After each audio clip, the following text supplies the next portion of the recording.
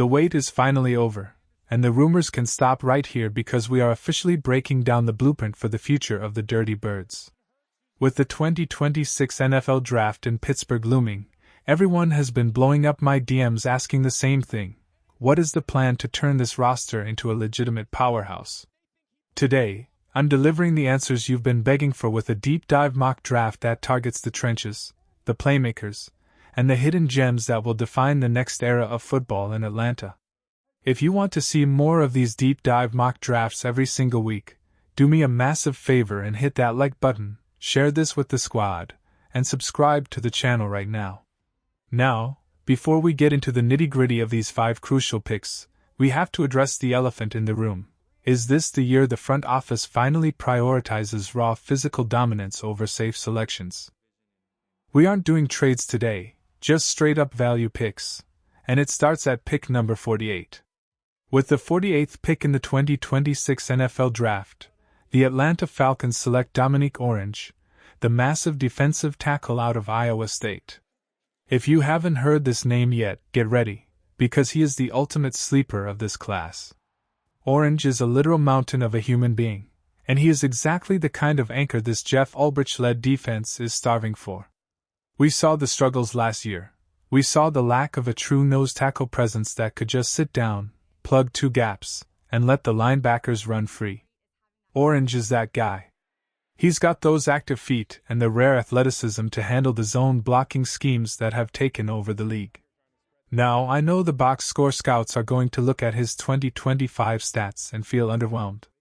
There wasn't a ton of pass rush production, and his tackling technique can be a bit inconsistent, but let's be real, I don't need him to be Aaron Donald.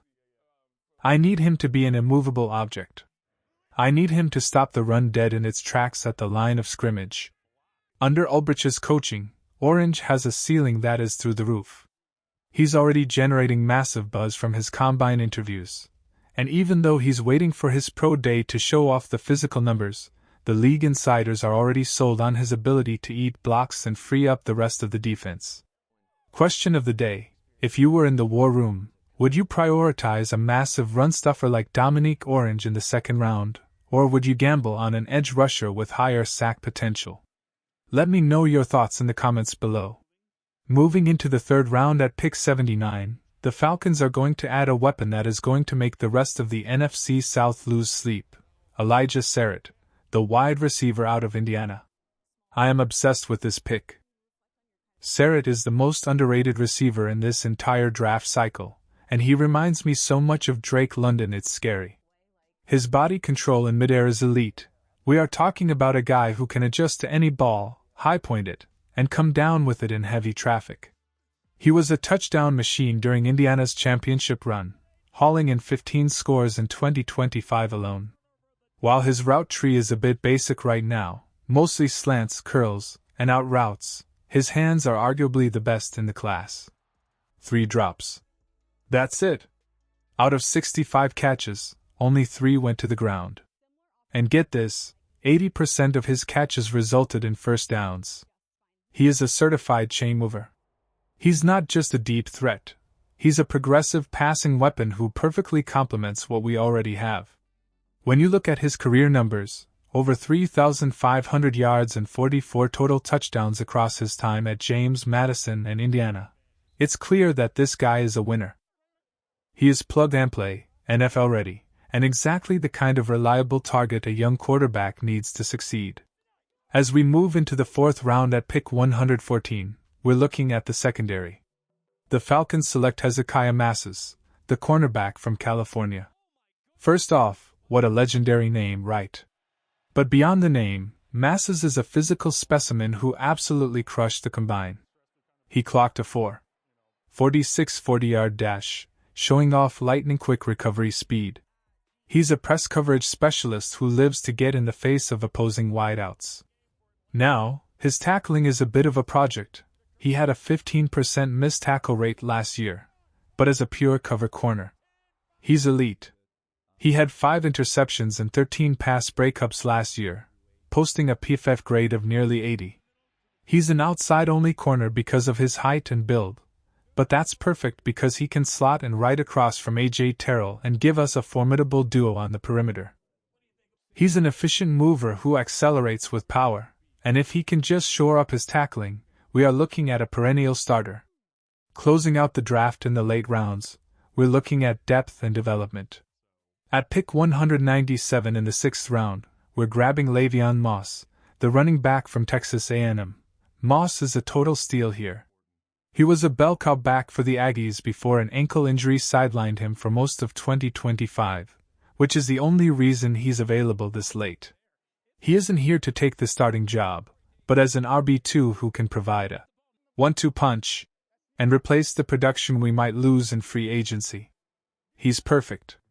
Then, in the 7th round at pick 230, we're taking Isaiah Jatta, the massive offensive lineman from BYU. Standing at 6'7" and 314 pounds, Jatta is a developmental tackle with huge upside. With the veteran leaders on our line getting older and free agency looming for some of our depth pieces, having a guy like Jatta on the practice squad to develop into a future swing tackle is just smart business. He's a projection, sure, but you can't teach that kind of size and strength. So, when you look at this haul, a dominant nose tackle, a sure-handed receiver, a ball-hawking corner, and high upside depth in the backfield and on the line, how are we feeling? Does this group move the needle enough to get us back to the top of the division? I'm feeling a solid B+ on this one, staying humble, but the potential here is undeniable. If these 5 players hit their stride, the 2026 season could be the start of something special in Atlanta. Make sure you rise up, keep the energy high, and stay tuned as we continue to track every move leading up to draft night. I've laid out the vision, but now I want to hear from the real experts, the fans who live and breathe this team every single day. If you had to assign a letter grade to this first official mock draft, what would it be? Drop your grades and your reasoning in the comments below, and let's get the debate started. Until next time, stay cool and keep your eyes on the prize. Would you like me to generate a script for a different team's mock draft or focus on a specific player's scouting report next?